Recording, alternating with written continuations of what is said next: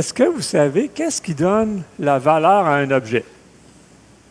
Qu'est-ce qui fait qu'on met un prix sur un objet quelconque?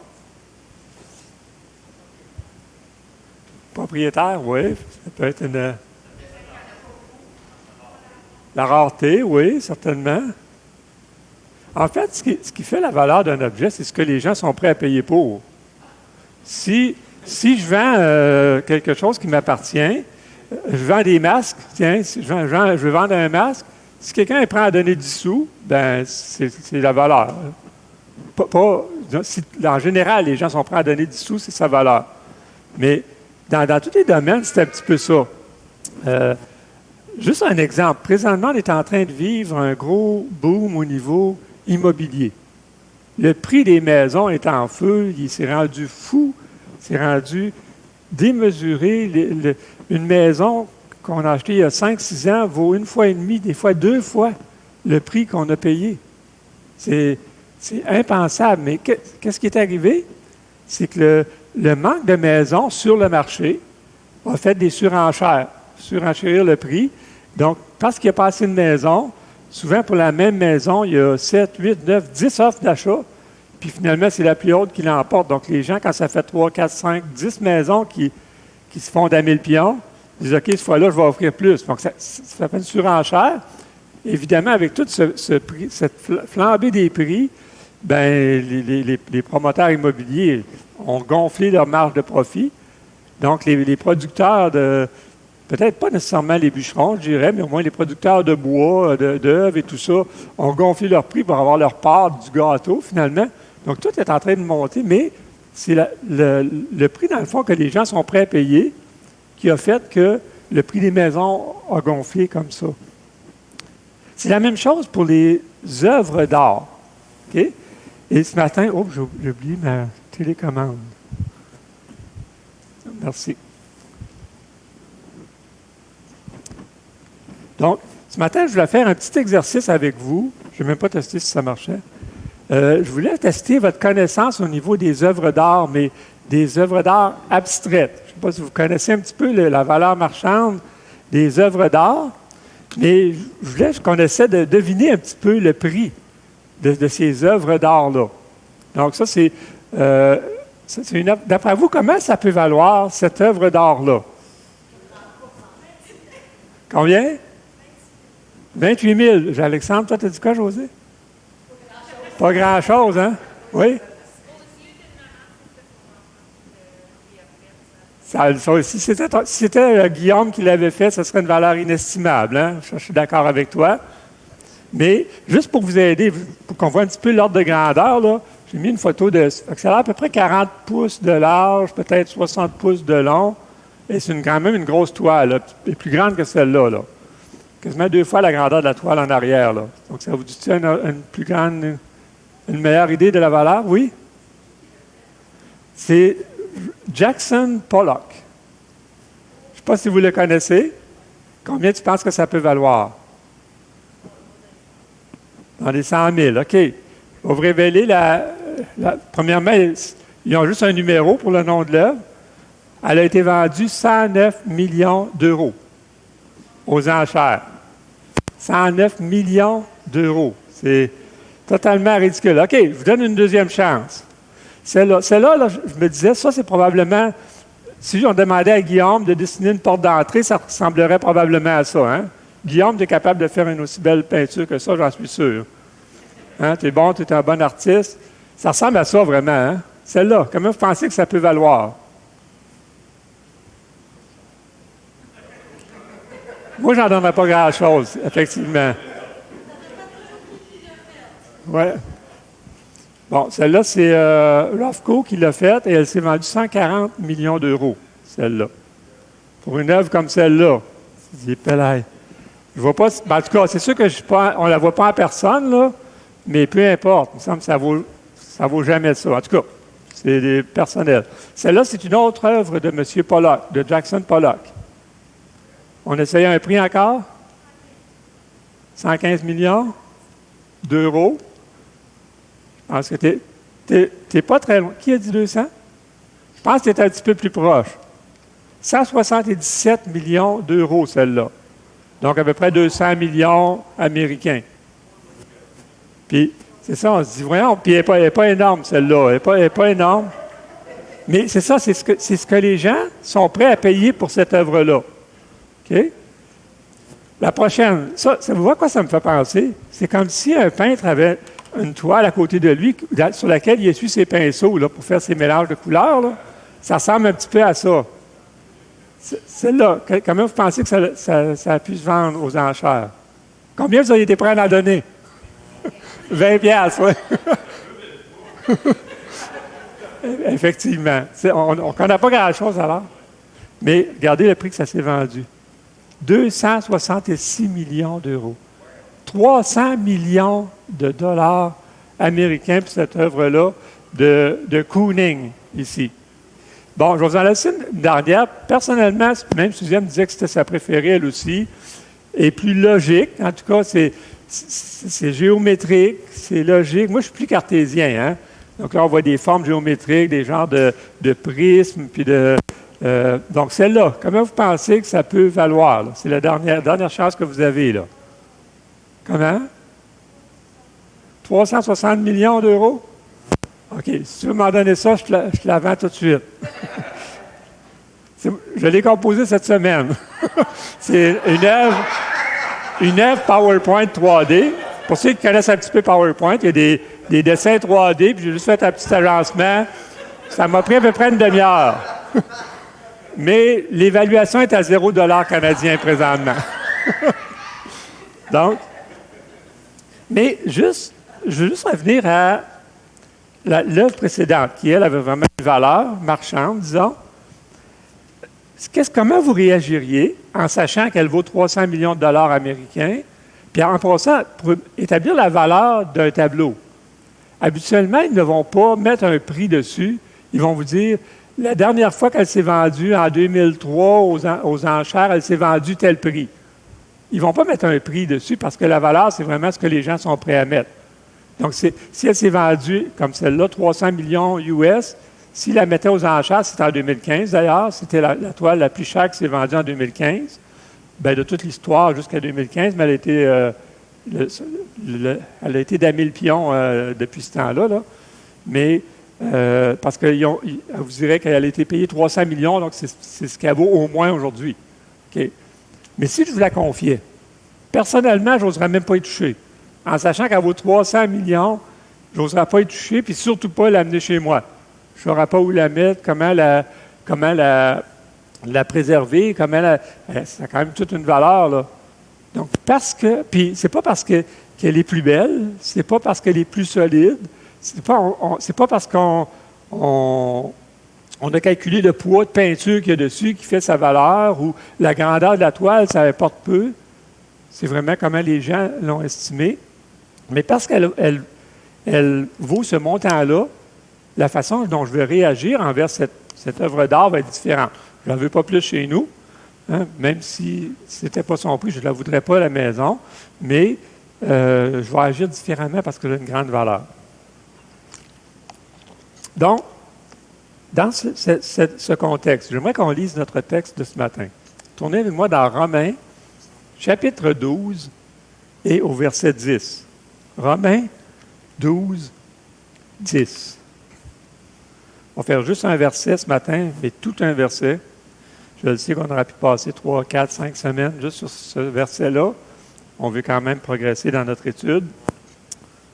Donc, Romains 12, verset 10, nous dit, « Par amour fraternel, soyez pleins d'affection les uns pour les autres. Par honneur, usez de prévenance réciproque. » C'est juste ces quelques mots que je veux qu'on regarde ensemble ce matin. On va demander au Seigneur de nous diriger dans cette étude de sa parole. Eh bien oui, Seigneur Dieu, merci pour ta parole. Merci, Seigneur, comme on l'a chanté tout à l'heure, pour ton amour infini que tu as eu pour nous.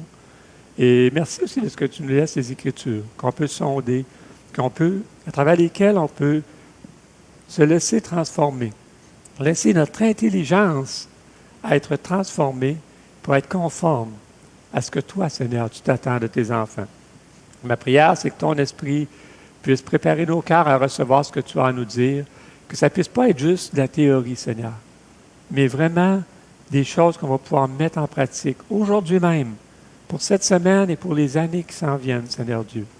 Utilise ma bouche dans ta grâce, Seigneur, pour bien communiquer les vérités de tes Écritures. C'est en Jésus que je veux te prier. Amen.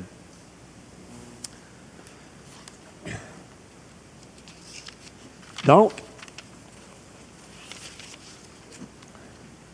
on va regarder la première moitié du verset. Par amour fraternel, soyez pleins d'affection les uns pour les autres. L'idée derrière ces mots, c'est de traiter mon frère ou ma sœur comme on traiterait les membres de notre propre famille, ceux qu'on chérit le plus. Bien, c'est l'attitude que Paul nous exhorte à avoir envers les frères et les sœurs. Le terme utilisé ici, c'est celui qui qualifie l'affection qu'on retrouve entre un parent et son enfant. Normalement, ce n'est pas toujours le cas, mais l'affection qu'un enfant va avoir pour son propre enfant, c'est le terme qui est utilisé ici. Donc, on va faire la même chose qu'on a fait dans les dernières semaines, ou la semaine passée du moins. On va regarder le mensonge du siècle présent, la vérité biblique, puis en quoi ça s'applique à notre vie communautaire. Bon. Il va de soi que souvent, ce n'est pas ce qu'on va retrouver. Ce genre d'amour tendre, d'amour intense, qu'on chérisse les gens autour de nous. Dans le monde actuel, les animosités se retrouvent même au sein des foyers, dans les familles. Il est donc compréhensible que souvent, ce ne sera pas la relation que les gens vont avoir les uns envers les autres, c'est même pas ce qu'ils vivent dans leur propre foyer. Ils ont de la difficulté à aimer leur propre famille. On a une société qui est vraiment nombriliste, qui regarde son nombril, qui est « je, me, moi », c'est ça qui importe, c'est ça qui prime. C'est frappant d'écouter les parents. Quand j'étais à Granby, j'étais estomaqué d'entendre les discussions des parents avec qui je travaillais et qui disaient ouvertement qu'ils prenaient leurs décisions sans tenir compte du bien de leurs propres enfants. Ils disaient, lorsqu'ils vont être grands, eux aussi vont faire la même chose, puis ils vont comprendre pourquoi j'ai agi comme ça. Nombrilisme. Moi, ma personne, puis même mes enfants, dans notre société, ça passe après moi. Je passe avant eux. Pas étonnant que ce qui est prôné dans notre société aujourd'hui, c'est que la liberté de la maman a prédominance sur la vie du fœtus. Si ça vient brimer sa liberté, bien, elle a le droit de faire avorter le bébé qui est dans son ventre. Parce que, pourquoi? On regarde à la maman. Elle, c'est c'est ça qui est important, pas le bébé. La vie du bébé n'est pas importante, mais la vie de la maman est tellement importante. C'est à cause de ça que, sous prétexte de mourir dans la dignité, on a été nazis, les vieillards. Souvent parce que ça coûte trop cher à l'État de les entretenir, ou même parce que ça prend trop de notre temps, de notre précieux temps.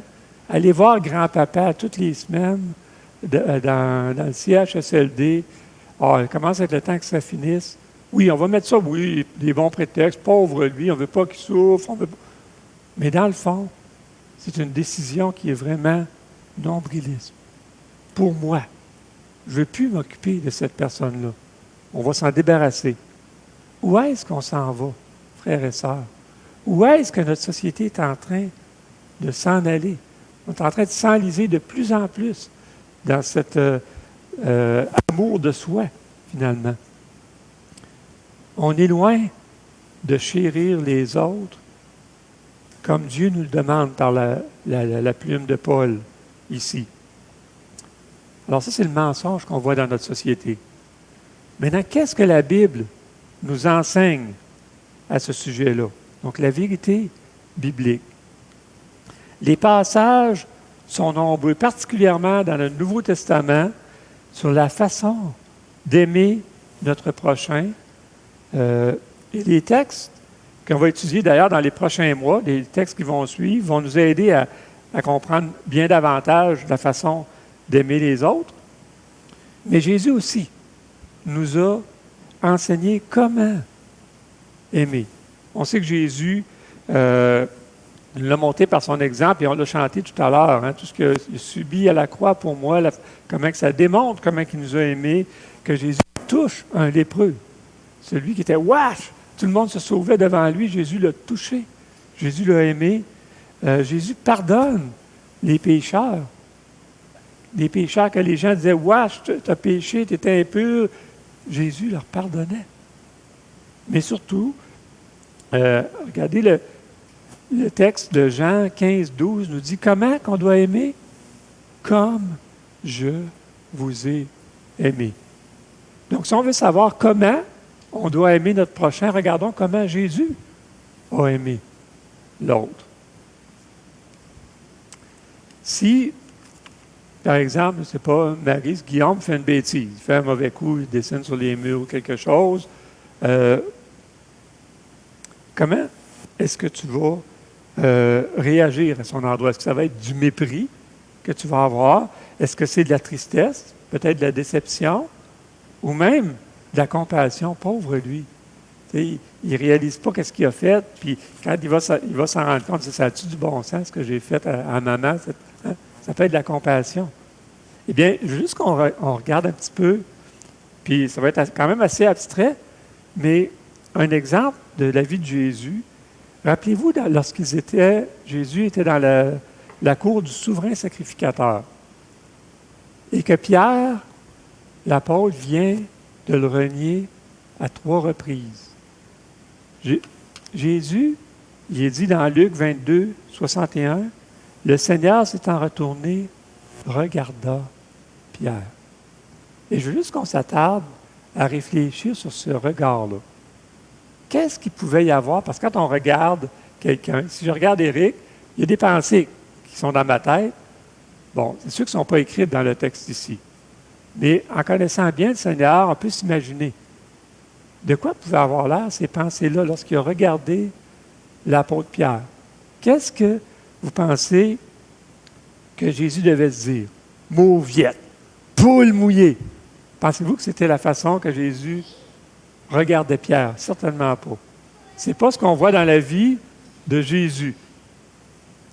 Mais certainement plutôt quelque chose comme « Mon enfant bien-aimé, pourquoi est-ce que tu m'as renié comme ça? » Je sais très bien ce que tu peux ressentir en ce moment, comment tu peux regretter les mots que tu viens de dire. Je sais aussi pourquoi, dans quelques instants, il va y avoir des torrents de larmes qui vont couler de tes yeux par regret. C'est exactement ce que je te disais avant mon arrestation. Maintenant, adopte la bonne conduite, Pierre. Repens-toi et reviens à moi. Affermis tes frères comme je te l'ai demandé juste avant de mourir. Quand tu seras converti, affermis tes frères. C'est probablement la façon, ce qu'on pouvait ressentir dans le regard de Jésus. Pas du mépris, de l'amour, de la compréhension. Dieu n'approuve pas le péché, mais il comprend très bien comment on peut se sentir lorsqu'on tombe, par exemple. Et il y a de la compassion pour nous. Toutes ces conséquences qu'il voudrait nous éviter. Est-ce que c'est, la question que je vais vous poser, est-ce que c'est la réaction qu'on a devant le manquement de notre frère ou de notre sœur? Est-ce que si mon frère ou ma sœur a un manquement ou un péché même à mon endroit, est-ce que je vais dire le genre de texte tantôt, mauviette, ou ce genre de mots-là, du mépris? Ou est-ce que plutôt je vais dire pauvre toi, comme je suis triste que tu agisses comme ça. Et particulièrement quand c'est à mon égard qui a manqué, comme dans le cas de Pierre ici qui a manqué à l'égard de Jésus. Imagine, bon, juste un exemple. Imagine que je te ferais un reproche parce que tu es arrivé en retard. Disons que tu as oublié de changer l'heure, puis au lieu d'arriver à 9 heures, tu arrives à 10 heures ce matin. Disons que c'était Victor, parce que c'était lui qui était à la louange. Il aurait oublié de changer son heure, puis quand il arrive, je lui fais un reproche. Manque d'amour, puis bon, OK, quand tu es là, t'es pas, on a besoin de toi, tu n'es pas là. Exemple, j'aurais dit une niaiserie comme ça. OK?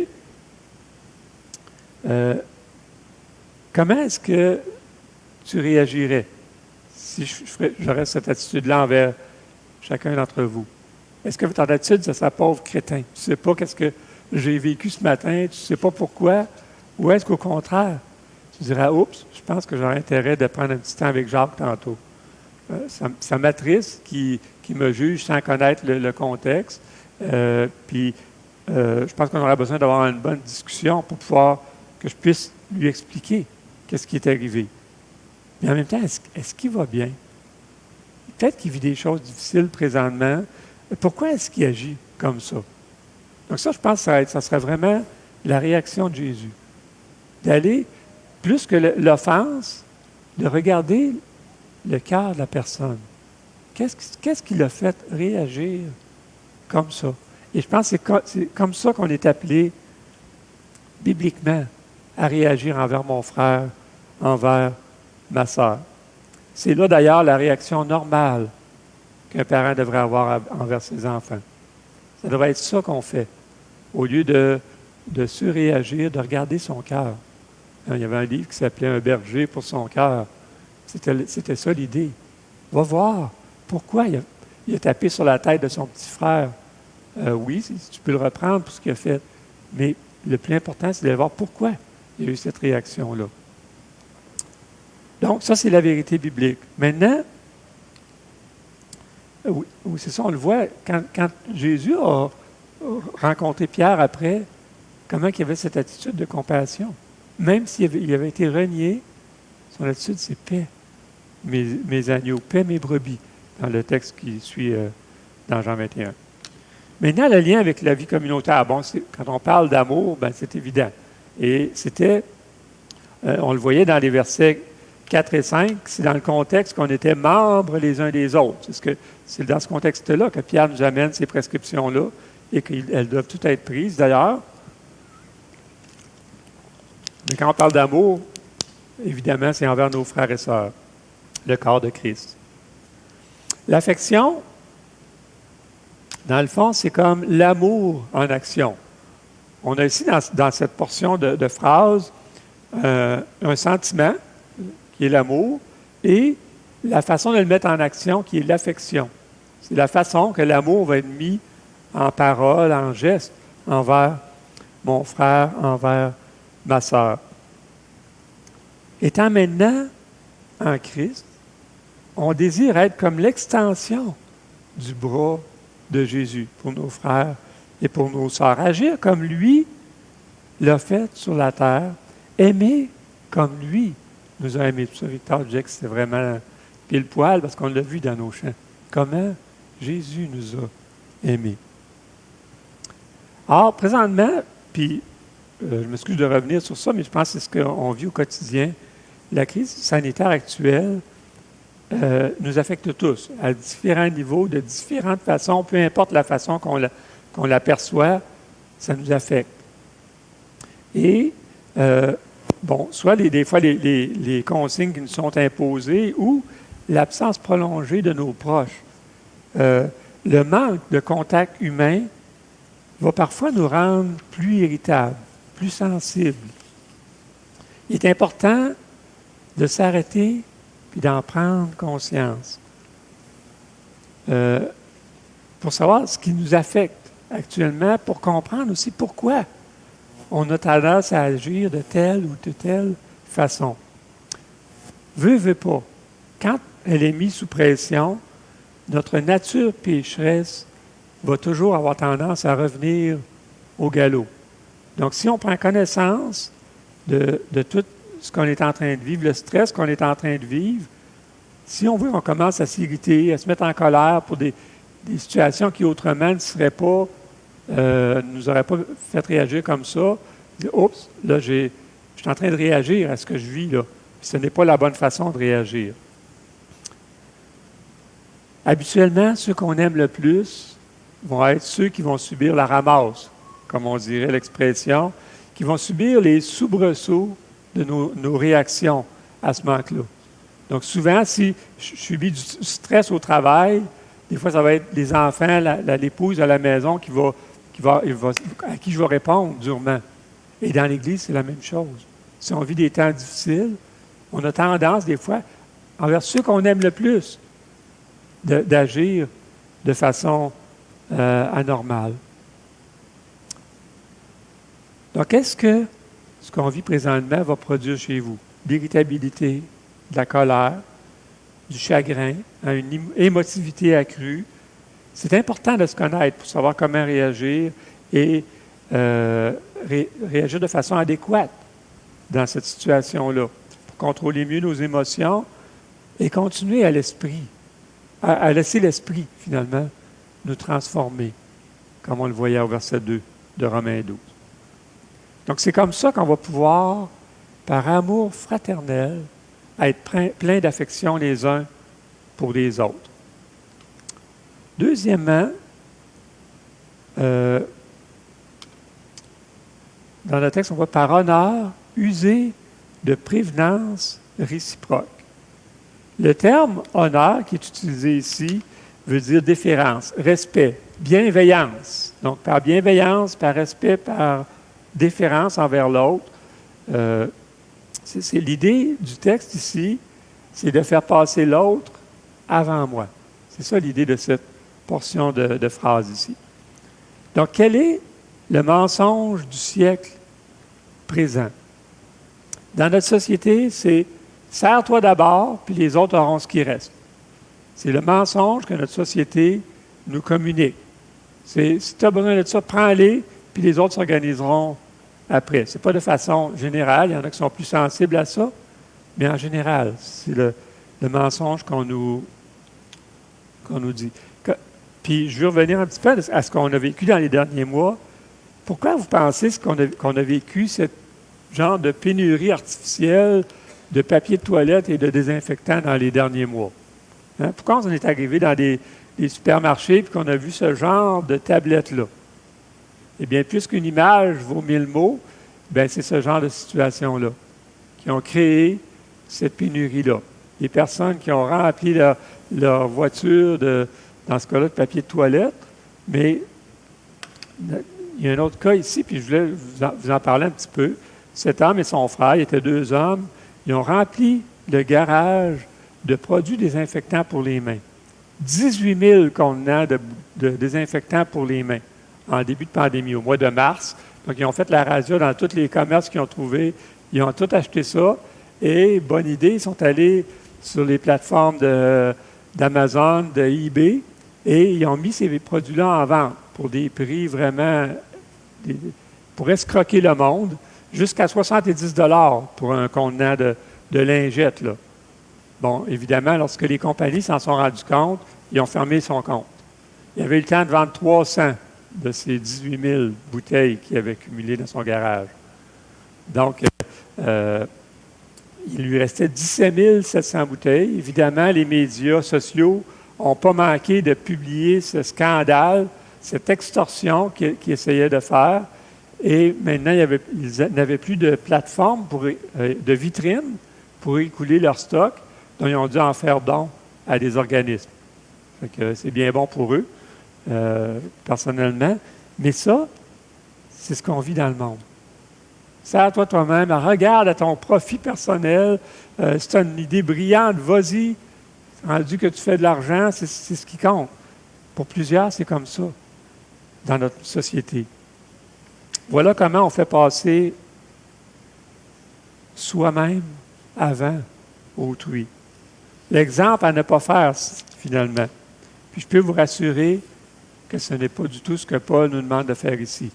C'est plutôt ce qu'il nous demande d'éviter de faire. Donc, regardons la vérité biblique. Donc, Paul, plus loin dans son épître, on va le voir plus tard quand on va passer, nous dit comment on devrait voir l'autre, voir notre frère, notre sœur, notre prochain. Il dit, c'est dans le cas ici des aliments, il dit, ne cause pas par ton aliment la perte de celui pour qui Christ est mort. Mon frère et ma sœur ont toute une valeur. Jésus est mort pour lui. Il est important. Jésus l'a acquis à un prix terriblement élevé, au prix de sa propre vie. Quelle valeur plus élevée que notre propre vie on pourrait mettre sur un chef-d'œuvre qui aurait donné sa vie pour les merveilleux chefs-d'œuvre de Pollock tout à l'heure. Hein? Non, la valeur, même si c'est des millions d'euros, des centaines de millions, pour nous, c'est bien moins que la vie. Jésus a donné sa vie pour ton frère, chaque sœur autour de toi. Chacun des enfants de Dieu est la personne la plus précieuse qui soit, à cause du prix auquel Dieu l'a acquis. C'était le sens d'ailleurs de la parabole de la brebis perdue. Comment on est précieux aux yeux du Seigneur.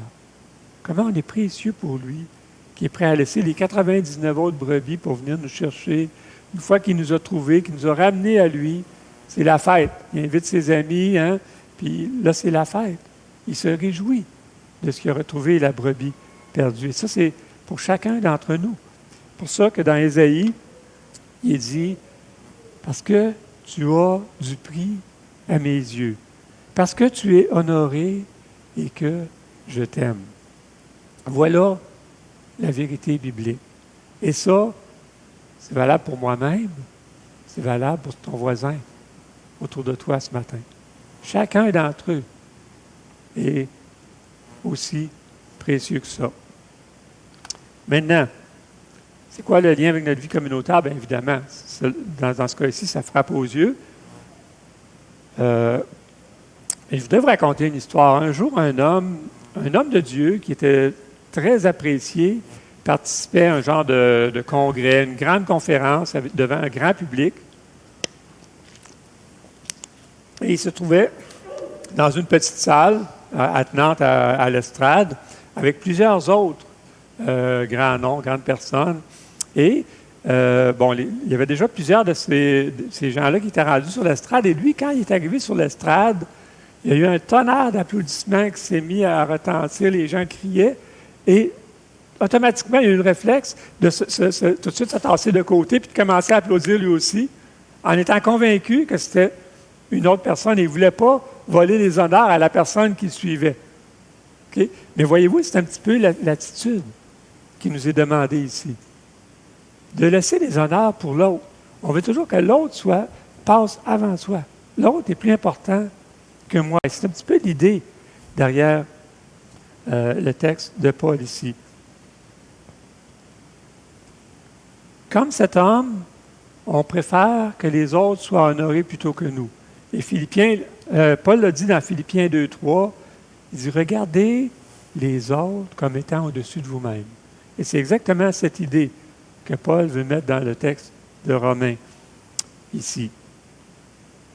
Parce que mon frère mérite les honneurs, eh bien, je vais user, le texte nous dit, de prévenance à son endroit. Qu'est-ce que ça veut dire, user de prévenance? Je me suis dit, ce serait peut-être bon de regarder un petit peu les diverses versions des traductions de ce texte. Le français courant nous dit, mettez du zèle à vous respecter. Dans la seconde 21, rivalisez d'estime réciproque. Donc, qui n'aura pas plus d'estime pour l'autre? Faites passer les autres avant vous, comme on l'a dit dans la version Sommaire. Et dans la parole vivante, soyez les premiers à témoigner des égards. Donc, c'est vraiment ça l'idée du texte ici. Parfois, la proximité avec quelqu'un, on va faire qu'on va le connaître plus, on est plus amis avec, et parfois, ça peut se traduire même par un manque de respect. Je ne sais pas, imaginez-vous que, je ne sais pas, vous connaissez M. Trudeau, Justin Trudeau personnellement. Vous allez faire votre jogging avec lui, ou peu importe, là, et vous êtes vraiment familier, puis vous commencez à lui parler, puis « Hey, qu'est-ce que tu as pensé là à faire ça? » Puis, mais souvent, c'est ce qui va arriver même avec nos frères et sœurs. Parce qu'on les connaît plus, on est plus proche avec eux, des fois, on a tendance à moins avoir de respect, moins les honorer, finalement. Mais c'est pour ça que Paul rappelle ici de ne pas oublier d'honorer nos frères et nos sœurs. Ça ne veut pas dire de ne pas être proche avec eux, de ne pas être familier, mais de toujours avoir un profond respect pour nos frères et nos sœurs. Donc, en voyant celui pour lequel Christ est mort, bien, ça va nous aider à rendre à l'autre l'honneur auquel Paul nous exhorte. Bon, il va de soi que toutes les prescriptions qu'on voit ici dans Romains, comme on le dit, comme je vais le répéter pratiquement chaque semaine, c'est l'action de l'Esprit de Dieu en moi. C'est l'Esprit qui va me rendre capable d'aimer et d'honorer mon frère comme il se doit. L'amour, évidemment, comme on le sait, fait partie du fruit de l'Esprit. Le fruit de l'Esprit, c'est l'amour et la joie, la paix et les autres qui suivent. Aussi, comme on l'a chanté ce matin, parce que Dieu m'a aimé le premier, j'ai maintenant un exemple à suivre. J'ai maintenant un chemin qui a été tracé devant moi dans lequel je peux marcher pour savoir comment aimer mon frère et ma sœur. J'aimerais ça revenir à notre tableau de tout à l'heure, un magnifique tableau à 300 millions de dollars.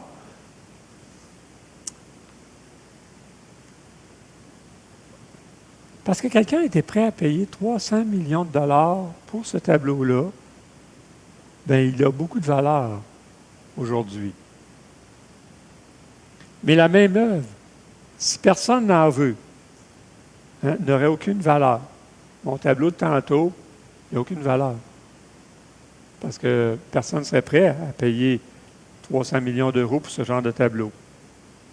Alors, parce que Jésus a été prêt à mourir pour ton frère, pour ta sœur, traite-le encore mieux que la plus précieuse œuvre d'art sur terre. Évidemment, je ne veux pas qu'il y ait de confusion, mettez-le pas dans un coffre-fort, s'il vous plaît. Au contraire, c'est une personne de grande valeur, mettez-le en l'honneur pour que tout le monde puisse l'admirer, tout le monde puisse voir cette personne extraordinaire qui est votre frère, qui est votre sœur. C'est pour ça que j'ai appelé mon message « C'est de valeur, mon frère ». On va prier. Bien oui, Seigneur, on veut te dire premièrement combien on est reconnaissant. Reconnaissant pour chaque frère, chaque sœur que tu as placée auprès de nous. Merci, Seigneur, parce que tu les as estimés au prix de ta propre vie. Seigneur, et personnellement, tu m'as aussi estimé au prix de ta propre vie.